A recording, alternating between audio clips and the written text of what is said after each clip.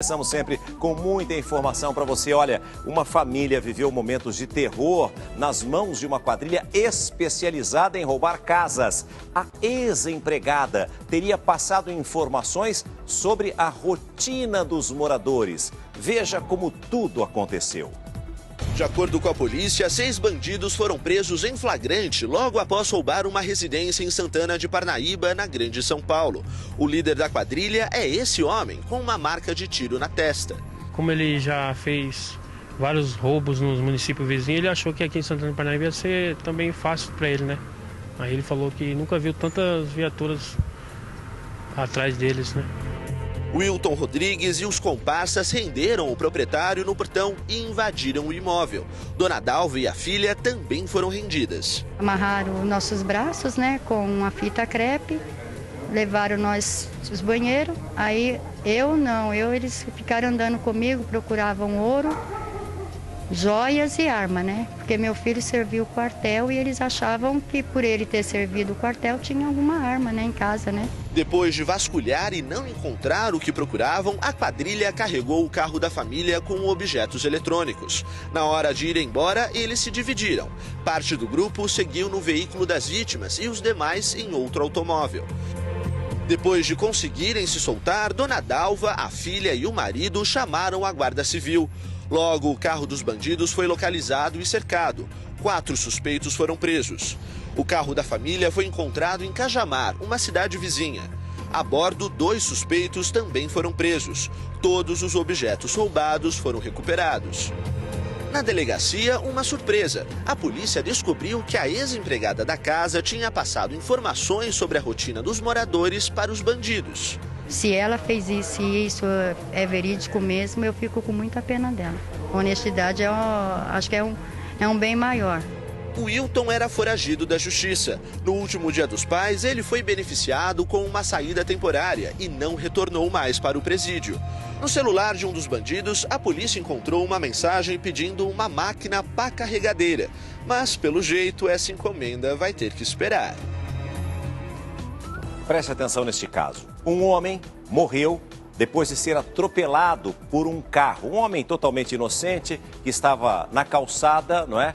E agora adivinha, este carro era dirigido por um menor que tentava simplesmente escapar da polícia. A vítima, um senhor de 57 anos, que chegou a ser socorrido ainda no local, mas não resistiu aos ferimentos. De acordo com a polícia, o homem estava na calçada quando foi atropelado pelo carro desgovernado. O veículo era roubado e quem dirigia era um adolescente de 16 anos que perdeu o controle da direção ao tentar escapar de uma abordagem policial. O carro ainda bateu em 2 veículos antes de atingir a vítima na calçada. O menor foi apreendido e levado para a Fundação Casa. Resultado: com esse menor não vai acontecer absolutamente nada e é mais uma vida que se perde de uma pessoa totalmente inocente. 5 pessoas foram presas, suspeitas de roubar máquinas usadas na construção do Rodoanel em São Paulo. De acordo com a polícia, um segurança da obra passava as informações à quadrilha. Veja. O grupo foi preso quando transportava equipamentos roubados do canteiro de obras em Guarulhos, na Grande São Paulo. De acordo com a polícia, o vigia Eduardo Batista de Oliveira informava o que tinha no local e o melhor horário para roubar. Um outro vigia, que cuidava do local no momento em que a quadrilha chegou, foi levado para o matagal e agredido. Depois da prisão, 3 compactadoras de solo e uma furadeira foram recuperadas. Os 5 suspeitos vão responder por roubo, formação de quadrilha e agressão. E o governador de São Paulo, Geraldo Alckmin, vai dar uma recompensa a quem der informações que ajudem na investigação da chacina que aconteceu em Osasco e Barueri na noite da última quinta-feira. Quem tiver informações que ajudem a polícia a esclarecer os ataques que deixaram 18 pessoas mortas e 7 feridas, vai receber R$50 mil. Para fazer a denúncia, é só acessar o site Web Denúncia, tudo junto, As denúncias ficarão sob sigilo e os autores protegidos por programa de proteção. 6 dos feridos ainda estão internados, mas já foram ouvidos ontem pela polícia. Ainda não há suspeitos. Já se sabe que eram pelo menos 10 pessoas divididas em 3 grupos em carros e motos. As armas usadas nos ataques eram do mesmo tipo. 2 delas são restritas às polícias e às Forças Armadas. As execuções seriam uma vingança pela morte de um cabo da Polícia Militar em Osasco ou uma reação à morte de um guarda municipal em Barueri. Ou ainda, uma represália às 2 mortes. Mais informações agora com a repórter Samara Bastos, que está na sede do DHPP, o Departamento de Homicídios e Proteção à Pessoa, que centraliza as investigações deste caso. Ô Samara, bom dia para você. Alguns policiais já foram ouvidos nesta manhã de terça-feira, é isso mesmo? Isso mesmo, César. Bom dia. Ao menos 35 policiais militares que trabalham em Osasco foram chamados para prestar depoimentos hoje na corregedoria. 20 deles já compareceram. A Polícia Militar não informa o teor dessa conversa, o que, na verdade, eles disseram em depoimento. Mas essa, César, é só uma etapa das muitas que essa investigação terá que desvendar para descobrir quem são os criminosos que participaram dessa chacina que aconteceu no último dia 13. No dia, 18 pessoas foram mortas e 6 ficaram feridas. A chacina pode ser uma resposta às mortes do PM Avenilson Pereira de Oliveira e do guarda civil Jefferson Rodrigues da Silva. Os 2 foram mortos depois de reagir a um assalto. O DHPP aqui já descobriu quem foram os 2 suspeitos que atiraram em Avenilson. Além dos policiais que serão ouvidos hoje, como você mesmo falou, César, testemunhas e vítimas também foram ouvidas na tarde de ontem. Voltamos ao estúdio do Hoje em Dia. Obrigado, Samara. Bom trabalho, uma ótima terça-feira para você. Eu não tenho a menor dúvida, é uma questão de tempo, é um crime que chocou não só aqui a capital, o estado de São Paulo, mas todo o Brasil, e a sociedade não pode ficar sem resposta. A polícia vai trabalhar muito e vai concluir esse caso, você não tem a menor dúvida disso. Tanto é que o próprio governador está empenhado nisso, oferecendo inclusive a recompensa, como nós dissemos agora para você. 2 pessoas morreram durante um assalto dentro da Ceasa, a central de abastecimento do Rio de Janeiro. O alvo era um malote de dinheiro. Acompanhe a reportagem. As imagens mostram o momento em que os criminosos atacam. Um deles puxa o malote com dinheiro e dispara atingindo a mulher. Na mesma ação, o homem que a acompanhava também é baleado. A câmera também flagra a troca de tiros entre os assaltantes e os seguranças da central de abastecimento. O confronto foi em frente a uma agência bancária na Ceasa, zona norte do Rio. A mulher ferida é Mariana dos Santos Silva, de 24 anos. Ela trabalhava em um supermercado e faria um depósito. Segundo testemunhas, eram 5 assaltantes. Mariana e um fiscal de caixa morreram. Um segurança foi ferido e os assaltantes fugiram com o dinheiro. Segundo a empresa, a funcionária estava acompanhada de um assistente da tesouraria. E os 2 vieram ao banco com tanto dinheiro excepcionalmente apenas para pagar impostos. A família de Mariana contesta essa versão. Diz que ela era frequentemente escalada para essa tarefa, sem a devida proteção. Fazer isso com a minha irmã, mandar ela com segurança, sem uma arma, com aquela quantidade de dinheiro que ela vinha. A polícia acredita que o crime foi planejado. Da forma como foi, a gente...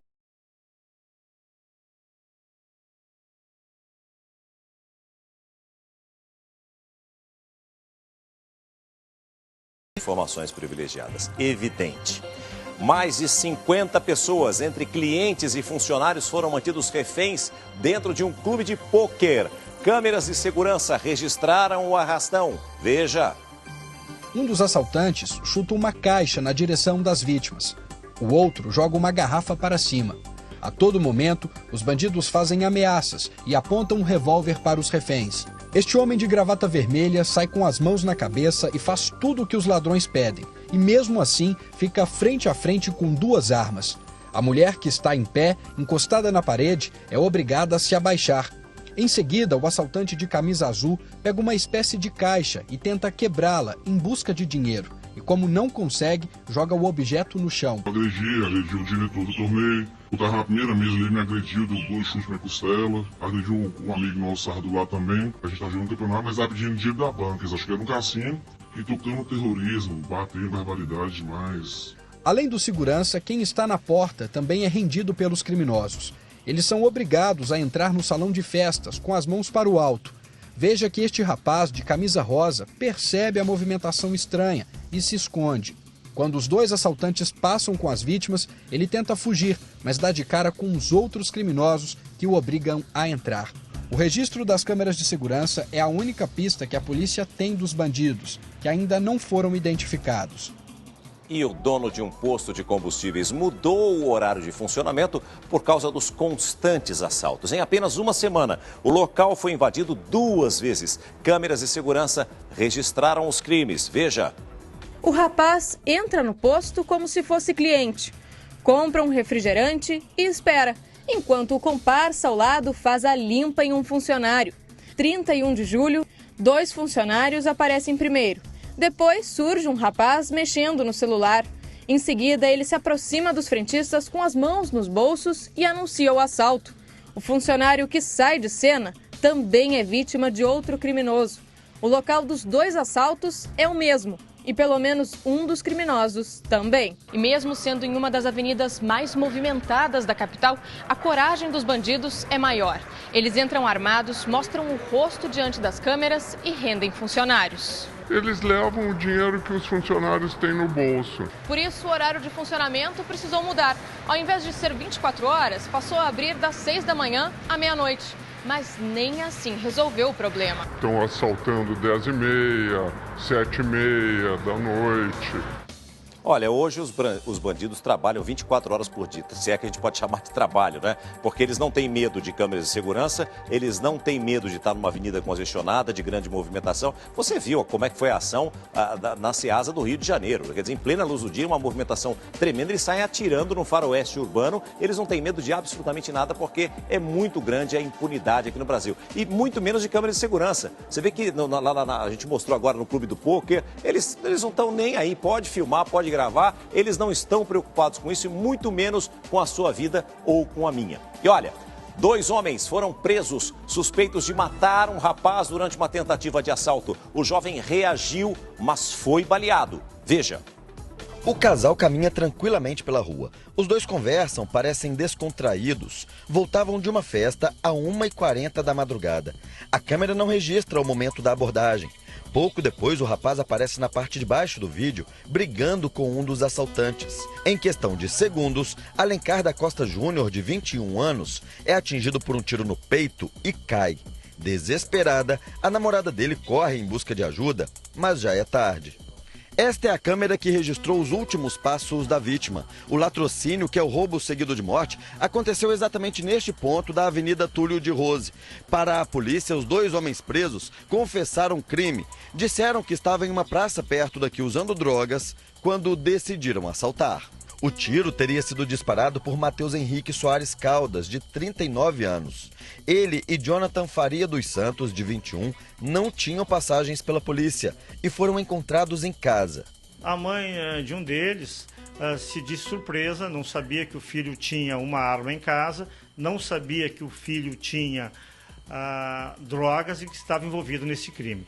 Além de maconha e cocaína, os agentes encontraram com os suspeitos drogas sintéticas, produzidas em laboratório. 2 pistolas, uma arma de brinquedo e um revólver foram apreendidos, junto com coletes à prova de balas. Preste atenção neste outro caso. A Polícia Federal prendeu 6 líderes de uma seita religiosa. Eles são acusados de explorar os fiéis. A operação foi em Minas, Bahia e São Paulo. De Belo Horizonte, a repórter Raquel Rocha conta os detalhes pra gente. Bom dia, Raquel. Oi, César, bom dia. Os fiéis eram obrigados a trabalhar sem salário, praticamente em regime de escravidão, e ainda a fazer contribuições financeiras. Segundo as investigações, o patrimônio dos líderes dessa seita gira em torno dos 100 milhões de reais e inclui fazendas, casas e até veículos de luxo. O dinheiro foi arrecadado justamente com doações dos cerca de 6 mil fiéis. A Polícia Federal já bloqueou os bens e as contas dos presos que devem responder por diversos crimes, como estelionato, lavagem de dinheiro e tráfico de pessoas. O próximo passo agora deve ser a devolução das propriedades às vítimas. Voltamos ao estúdio do Hoje em Dia. Obrigado pelas informações. Uma ótima terça-feira para você também. Olha, o teto de uma loja desabou e 2 crianças morreram. Uma das crianças tinha 8 e a outra 10 anos de idade.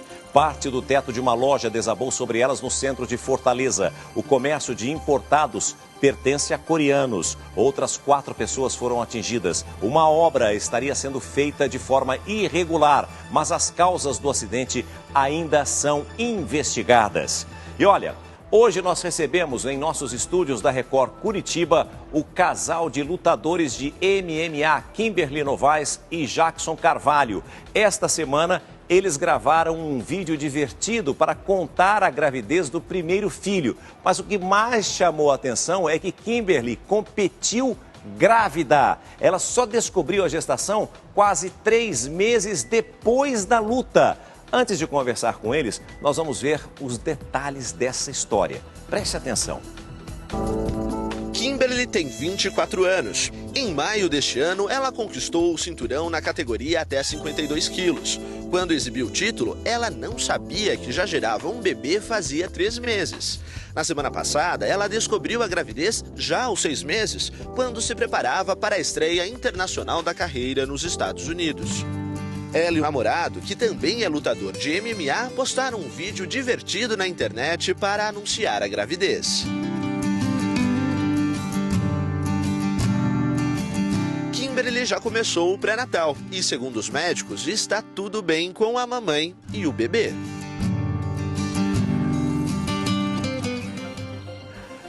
E agora sim, vamos até os nossos estúdios da Record em Curitiba com o apresentador Guilherme Rivaroli, que está ao lado dos lutadores Kimberly e Jackson, que depois do susto estão curtindo agora a gravidez desse primeiro filho. Ô Rivaroli, bom dia para você. Quer dizer então que ela estava pensando que era prisão de ventre, é isso mesmo? Não é possível. Bom dia. Bom dia para você, César Filho, muito bom dia a todos. Pois é, vamos perguntar para ela, né, o que ela estava pensando na hora. Kimberly, conta pra gente, porque na história toda você disse que pensava que era uma prisão de ventre. Então, na realidade não foi na última semana que eu achei que fosse isso, porque eu tinha uma luta marcada para o dia 21 de agosto, que seria sexta-feira, e eu estava sentindo muita dificuldade para baixar de peso, assim, para atingir o peso da categoria. E faltando 3 semanas, 4 para 3 semanas da luta, eu comecei a sentir a minha barriga muito dura e inchada. E quando a gente está fazendo a dieta para perder peso para a luta, é uma coisa muito comum entre os atletas ficar com prisão de ventre. Então, às vezes, a gente acaba procurando um médico para ver se está tudo certo, se tem alguma coisa errada no intestino, que esteja prejudicando a perda de peso, né? A dieta para a luta e até o rendimento nos treinos. E aí a gente procurou, hoje foi no pronto-socorro, falando que eu estava com alguma coisa no intestino. E como eu tinha me sentido mal algumas vezes, estava até com medo de estar doente, estar com alguma coisa assim. E aí o médico falou que tinha que fazer um raio-x da barriga, mas que não podia fazer se fosse gravidez, nem me passava pela cabeça. Aí ele pediu um exame de sangue e veio a notícia da forma mais inesperada possível. Da forma mais inesperada. César, o detalhe é que o Jackson descobriu que ia ser pai, ele também é lutador e participa de todo o treinamento da Kimberly. Quando ela vai participar de uma luta, ele descobriu praticamente no dia dos pais que ia ser pai. A surpresa veio praticamente no último dia, né, Jackson? Exatamente, foi um presente, né, do Dia dos Pais ali. Até então eu não sabia, uma semana antes do Dia dos Pais eu descobri, né, que ia ser pai, então, pô, não tinha presente melhor, né, cara? Não tinha, do que a notícia, né, de saber que vai ter uma vida aí pra eu cuidar. 2 agora, pra eu sair na porrada daqui a um tempo também, né? Vamos conversar com o César Filho lá nos estúdios. Pode dizer, César. É um casal muito jovem, a gente vê isso, né? Mas a Ana Hickman quer fazer uma pergunta. Você quer fazer uma pergunta para Kimberly? Sim. Rivaroli, bom dia. Pergunta para Kimberly se durante esse período que ela não desconfiava que estava grávida, se ela não sentiu nenhum tipo de enjoo, mal-estar, sonolência. Bom, a Ana, que é mãe há pouco tempo, está sabendo de tudo que está acontecendo com gravidez, principalmente dos sintomas. Ela pergunta para você se você não sentiu nada, desde lá de maio, quando você lutou, até agora, quando você descobriu. Então, pelas contas, né, já estou grávida desde final de fevereiro ali. Só que eu sou atleta de alto rendimento, assim, então é muito comum, assim, as atletas não descobrirem ou demorarem a descobrir. Se for pesquisar, tem vários casos de atletas que demoram até mais do que eu. Já teve atleta entrando em trabalho de parto. sem saber, né? Há mulheres que até nem menstruam, há atletas que acabam nem menstruando nesse período. Então, eu acho que o primeiro sintoma que as mulheres percebem é a ausência da menstruação. E atleta de alto rendimento, geralmente, e é o meu caso, não menstrua. Então, o primeiro sintoma a gente já não vai perceber. Outra coisa que o médico nos passou também, que a estrutura física das atletas acaba fazendo com que as mudanças no corpo, principalmente a barriga, demore muito mais para aparecer. E outros sintomas, eu senti um pouco de tontura, senti enjoo, mas foi na fase de preparação para a luta de maio. Então você acaba, são sintomas que a gente acaba sentindo quando está em dieta para a luta. Então às vezes senti um pouco de tontura, estava baixando de peso para a luta, eu já associava com isso. Às vezes ficava enjoada também, mudou a alimentação, pode ser um sintoma também. Então tudo acabava tendo outra explicação que não fosse gravidez. Kimberly, o susto, por exemplo. A Ticiane também quer fazer uma pergunta. Vamos lá, Tici. Vamos lá. Bom dia, Rivaroli. Eu queria saber da Kimberly se ela tomava algum anticoncepcional, se ela realmente impedia uma gravidez e acabou esquecendo por obséquio ou não. Ela deixou a vida levar e veio esse presente maravilhoso agora. Vamos lá. A Tici pergunta para você o seguinte: você tomava um anticoncepcional, tinha algum método contraceptivo ou você deixava a vida se levar e, como ela mesma falou, e veio esse baita desse presentão? Não, a gente tomava, tinha cuidados sim, mas acabou acontecendo e acabamos não percebendo devido a Foi uma surpresona, né? Agora, o Rivaroli... Tá bom. Essa é a história que nós temos por aqui, viu, César Filho? Surpreendente e muito bonita, né? Ô, Rivaroli, só pra gente terminar, assim, eu sei que, evidentemente, que é um presente, todo mundo fica muito feliz. Agora, ao mesmo tempo, ela não ficou preocupada, sabe? Você vai ser mãe, mas ela lutou em ficar preocupada com a saúde do bebê? Saber se algo tinha acontecido com o bebê durante a luta, por exemplo? Bom, essa é uma pergunta interessante do César Filho. Ele pergunta para você, Kimberly, para você também, viu, Jackson? Na hora que vocês descobriram, não teve nenhuma preocupação com o bebê excessiva, já que você principalmente, participou de treinamentos e fez uma luta? Com certeza teve muita preocupação. No dia que a gente descobriu, a gente ainda não fazia noção que já estava de tanto tempo. Mas ainda assim, a gente sabia que nas últimas semanas eu estava treinando muito forte para a luta. Então a gente ficou muito preocupado com isso, a gente começou a procurar assim, algum obstetra que nos atendesse o mais rápido possível. Imediatamente, né? Isso, então assim que a gente conseguiu uma consulta, a gente já foi no médico e explicou para ele que a gente estava mais preocupado porque eu tinha treinado muito, estava fazendo dieta, mas ele já tranquilizou a gente, falou que não, que devia estar tudo bem, mas já pediu uma ecografia morfológica, né, que já mostra os ossos do bebê, os órgãos.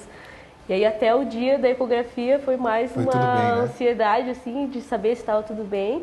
E aí a gente fez o exame na última quinta-feira, aí já descobrimos que é um menino, e aí o médico já falou que está tudo perfeito, que ele está forte, está saudável, e a gente está bem mais tranquilo agora. Ó, César, tá aqui atrás, viu? O meninão aqui, o presente está atrás desse cinturão. Bom é saber que está tudo bem, uma história diferente, mas que até agora, pelo menos, teve um fim bem feliz, César. Sem dúvida, um prazer falar contigo, Rivaroli. Muito obrigado, viu? Felicidades ao casal, que Deus abençoe essa gestação aí até o final, que venha um bebê de muita luz. Olha, o empresário que foi preso após agredir uma auxiliar de produção com uma cotovelada na saída de uma boate, você se lembra disso? Está sendo julgado neste momento por um júri popular. O julgamento do empresário Anderson Lúcio de Oliveira começou às 9 da manhã e deve durar pelo menos 10 horas. 7 jurados selecionados pela Justiça vão decidir o futuro do agressor preso, acusado na tentativa de homicídio. O caso aconteceu em agosto do ano passado e foi registrado por câmeras de segurança. Fernanda Regina César, a vítima, e Anderson se encontraram após uma festa em frente a um clube no centro de São Roque, no interior de São Paulo. O vídeo mostra Fernanda discutindo com uma pessoa e depois com Anderson. Na sequência, o rapaz dá uma cotovelada contra ela, que cai desacordada no chão. Uma imagem que chocou a opinião pública, até porque ele sequer prestou atendimento a ela, que ficou estatelada no chão. Um homem praticante de artes marciais foi morto na noite desta segunda-feira durante um assalto a um ônibus na região metropolitana de Porto Alegre. Testemunhas dizem que Jonas Schmidt, de 21 anos, tentou reagir ao assalto e foi baleado. Os ladrões faziam um arrastão no ônibus, recolhendo carteiras e celulares dos passageiros. Foi quando o lutador teria reagido. Depois de matar o homem, os suspeitos fugiram. A polícia recolheu as imagens das câmeras de segurança do coletivo para tentar identificar os criminosos e tomara que eles consigam. Um vereador arremessou um microfone em colega durante uma sessão. As imagens, evidentemente, foram parar na internet. O vídeo gravado durante o debate mostra o momento que o objeto é arremessado. Um vereador do município de Buritiza, em Rondônia, jogou o microfone contra o colega que falava na sessão da Câmara Municipal. O vereador Adalton César arremessou o objeto em José Borges após ser chamado de covarde. O senhor Vossa Excelência é um covarde. Vossa Excelência. Eles falam de bonito, né? Chama de Vossa Excelência primeiro. Depois vem não pode quebrar. Não pode quebrar o decoro. Boa. Vossa Excelência é um covarde. Aí o vereador que arremessou o microfone foi retirado da sala e da sessão, né? Evidentemente. Aí não tem mais jeito. Aí tem que suspender tudo, para tudo. A sessão foi suspensa, continua depois, um outro dia, quando todo mundo tiver com o ânimo um bocadinho mais calmo. Olha aqui, o Tribunal de Contas do Estado de Goiás pediu o bloqueio dos bens de um padre que teria recebido dinheiro de quase 20 anos de trabalho que não foram cumpridos. O valor dos bens do padre chegam a mais de R$1.300.000 entre carros e imóveis. O valor, segundo o Tribunal de Contas, é a soma corrigida de tudo que o padre recebeu nos quase 20 anos em que não teria trabalhado. Luiz Augusto Ferreira da Silva recebia salário como servidor público de quase R$12.000 por mês. O padre tem 15 dias para recorrer da decisão. Ele também responde a processo administrativo na Assembleia Legislativa. E em Salvador, a polícia prendeu um bandido conhecido como Homem-Aranha. Ele é acusado de entrar em um apartamento escalando a fachada do prédio da capital baiana. Nós vamos conversar com a repórter Suzy Martins. Ô Suzy, ele usava algum equipamento para escalar o prédio ou ele realmente tinha superpoderes? Bom dia para você. Oi César, muito bom dia para você, bom dia a todos. Olha só, ele não usava nenhum tipo de equipamento para poder escalar o prédio. As imagens mostram o momento em que Edenilson Melo de Jesus, de 32 anos, mais conhecido aí como Homem-Aranha, observa o local. Logo depois, ele é visto escalando a fachada e entra pela janela de um dos apartamentos. Minutos depois, ele é visto descendo aí pela fachada novamente com uma bolsa na mão. A polícia chegou a prender o bandido horas depois do crime, bem próximo ali ao local. Foi preso em flagrante e encaminhado à delegacia. César, nós voltamos ao estúdio do Hoje em Dia. Obrigado, uma ótima terça-feira para você e para todos os nossos amigos aí da Bahia. Eu não me canso de agradecer a enorme audiência que nós temos aí, o grande carinho que o povo baiano tem por todos nós da Record, excepcionalmente aqui por todos nós do Hoje em Dia. Muito, muito obrigado mesmo, de coração. E olha, a partir da próxima quinta-feira, depois de amanhã, a Agência Nacional de Saúde, a ANS, vai suspender a venda de 73 planos de saúde de 15 operadoras. A medida é uma punição às empresas que descumprem prazos e também negam indevidamente coberturas assistenciais contratadas. Além de não poder vender novos planos, as operadoras podem ser multadas em até R$100 mil. Mais de 3 milhões de beneficiários serão protegidos com a medida, já que as operadoras terão que comprovar as melhorias no atendimento para poder receber novos consumidores. E preste atenção nessa notícia, porque na Inglaterra, pesquisadores descobriram uma nova forma, uma maneira diferente de detectar alguns tipos de câncer. Preste atenção. Neste laboratório, pesquisadores do Imperial College de Londres desenvolveram uma forma de identificar câncer de esôfago ou de estômago através do sopro. Atualmente, o diagnóstico é feito através de endoscopias. A novidade parece com o teste do bafômetro. O equipamento encontra odores e substâncias químicas presentes no hálito quando o paciente tem câncer. O professor George Hanna, chefe do estudo, explica que o teste tem 90% de precisão. Podemos evitar boa parte dos exames invasivos, que são incômodos para as pessoas e caros para o hospital público. Depois de soprar todo o ar aqui dentro, o balão é colocado nessa incubadora. Em questão de 1 ou 2 minutos, a análise já aparece na tela do computador. Um teste simples e fácil que pode salvar muitas vidas. Afinal, os especialistas esperam diagnosticar o câncer de estômago ou de esôfago ainda antes da doença se espalhar pelo corpo do paciente.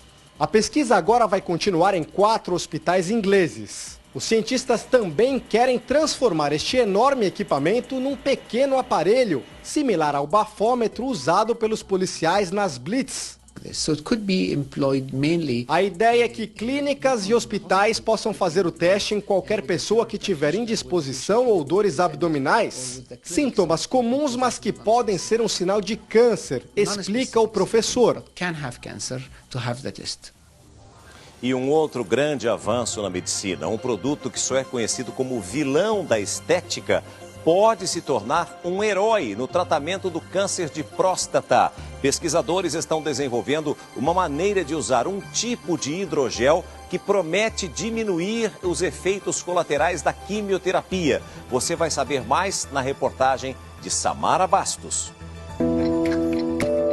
Este homem que por vergonha não quer mostrar o rosto, descobriu que tem câncer de próstata há 6 meses. Eu tive que enfrentar, como tudo eu enfrentei na vida, mas realmente foi um baque. Preferia não ter passado por isso.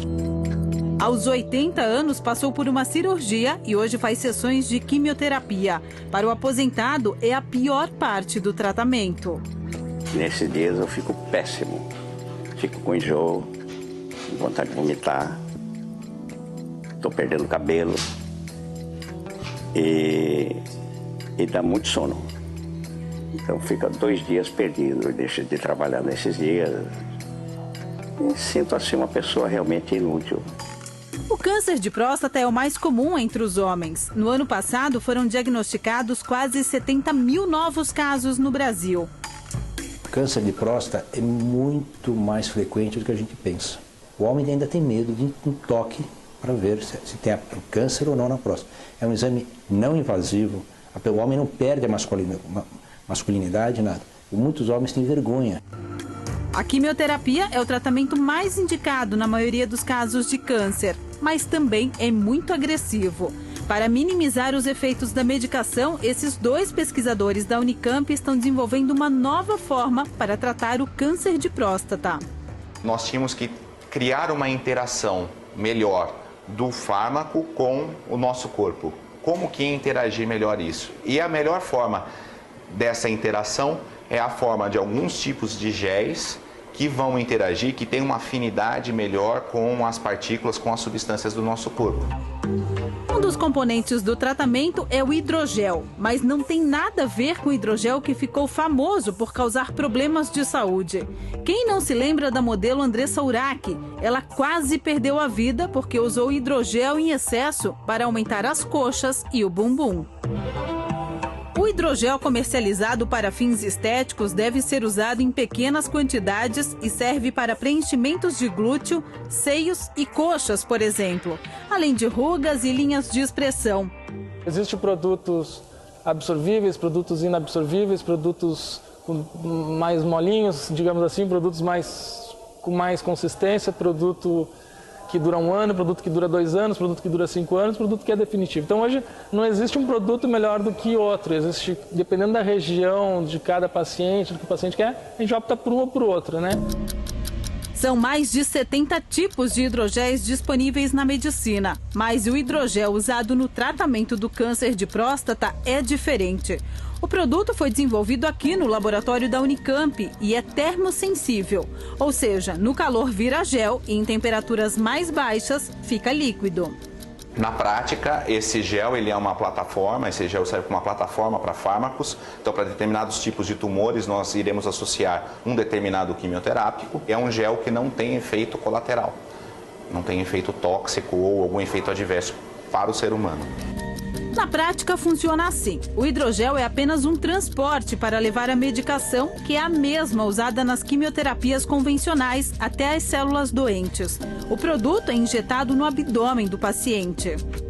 quando entra em contato com o nosso corpo, é para que as outras proteínas que estejam localizadas no sangue ou no nosso abdômen possam interagir com o nosso fármaco, com a nossa substância e promover uma melhor absorção. É como se fosse um carteiro inteligente.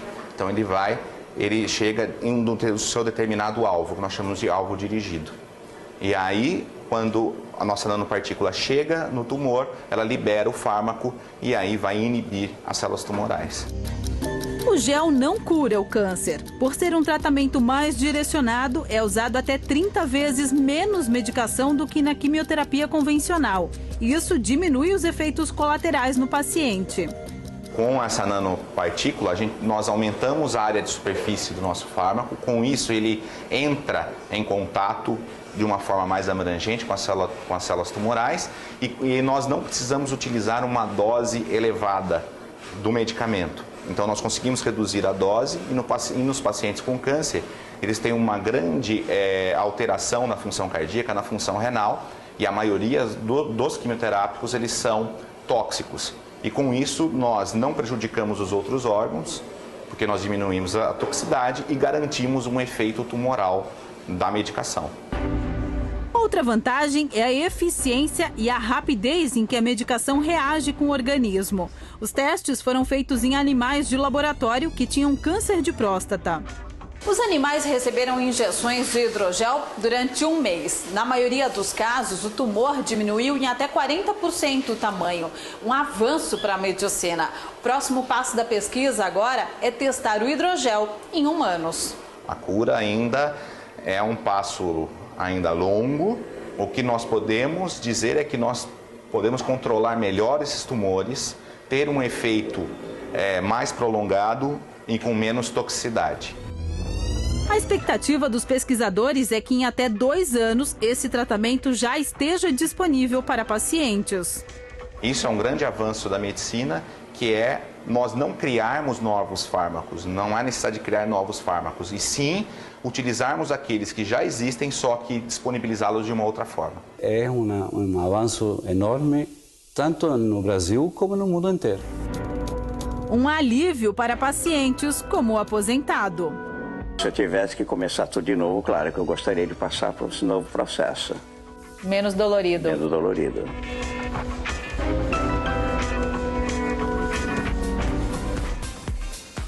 Muito bom, né? Olha, todos os dias, quando Hoje em Dia termina, nós continuamos trabalhando, pensando no programa do dia seguinte. E ontem não foi diferente. Terminado o programa, nós fomos para a nossa sala de reunião, nós chamamos da nossa reunião de pauta, né? E aí, uma foto chamou a atenção de todos os integrantes da nossa equipe, porque uma mãe acabou postando uma foto que gerou uma polêmica danada.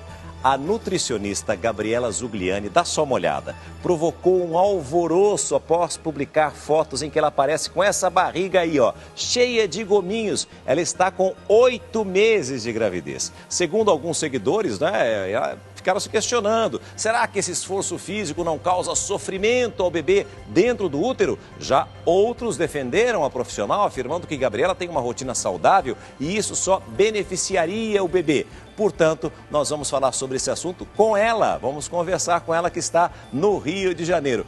Ô, Gabriela, bom dia para você. É verdade que você continua levantando 150 quilos todos os dias? Não é possível. Não, todos os dias não, mas eu apenas mantenho a minha rotina, né? Já treino assim bem pesado há 15 anos. Ou melhor, 16 anos, e mantive meu esforço físico nas 3 gestações. Então, assim, não vejo problema para quem está acostumado, né, para quem já tem uma condição física preparada para isso, tá? Isso eu já não vejo problema. No meu caso, eu estou bem preparada, eu tenho acompanhamento médico e profissional, então não tem problema. Meus filhos são saudáveis, a gestação fica saudável. Então, agora, uma outra pessoa que não tem uma condição e aí resolve exagerar nos treinos na gestação, aí sim eu já não sou a favor. Mas eu acho que o meu caso também é raro, é difícil de você encontrar por aí. entendeu? E é por isso que eu mantenho, porque eu vejo que realmente não há problema. Não teve problema nenhum também com meus outros filhos. Agora, o que as pessoas que te acompanham nas redes sociais, o que elas dizem, o que elas comentam, né? As pessoas que não são especialistas, as pessoas ficam assustadas com essa foto ou não? Muito, muito. Tem aqueles que me acompanham já, né? E que me elogiam e sabem. E tem aqueles que realmente não é uma coisa comum de se ver e criticam, né? Não estão acostumados e falam que absurdo. Mas eu tô sujeita a crítica porque eu tô na rede social, então... Mas tem bastante ofensa também, que eu não acho legal, né? Eu acho legal, assim, a pessoa expor a opinião, mas as pessoas, às vezes, elas exageram nas críticas. Sem entendeu? dúvida. Então, eles não estão acostumados a ver, então eles ficam realmente impressionados. Bom, para quando que está previsto o parto desse seu terceiro filho? Filha agora. Filha. Primeira semana de outubro. E já tem nome a menininha? Betina. Betina, lindo nome. Olha, que tudo corra bem da melhor maneira possível com você, com a Betina. Que Deus abençoe você. Obrigado por nos atender, viu? Muito obrigada, viu? Um beijo para você, um grande beijo. Portanto, ela é uma profissional, tem acompanhamento médico, é para pessoas que estão realmente acostumadas com esse tipo de atividade. Você não deve se aventurar, evidentemente. Olha...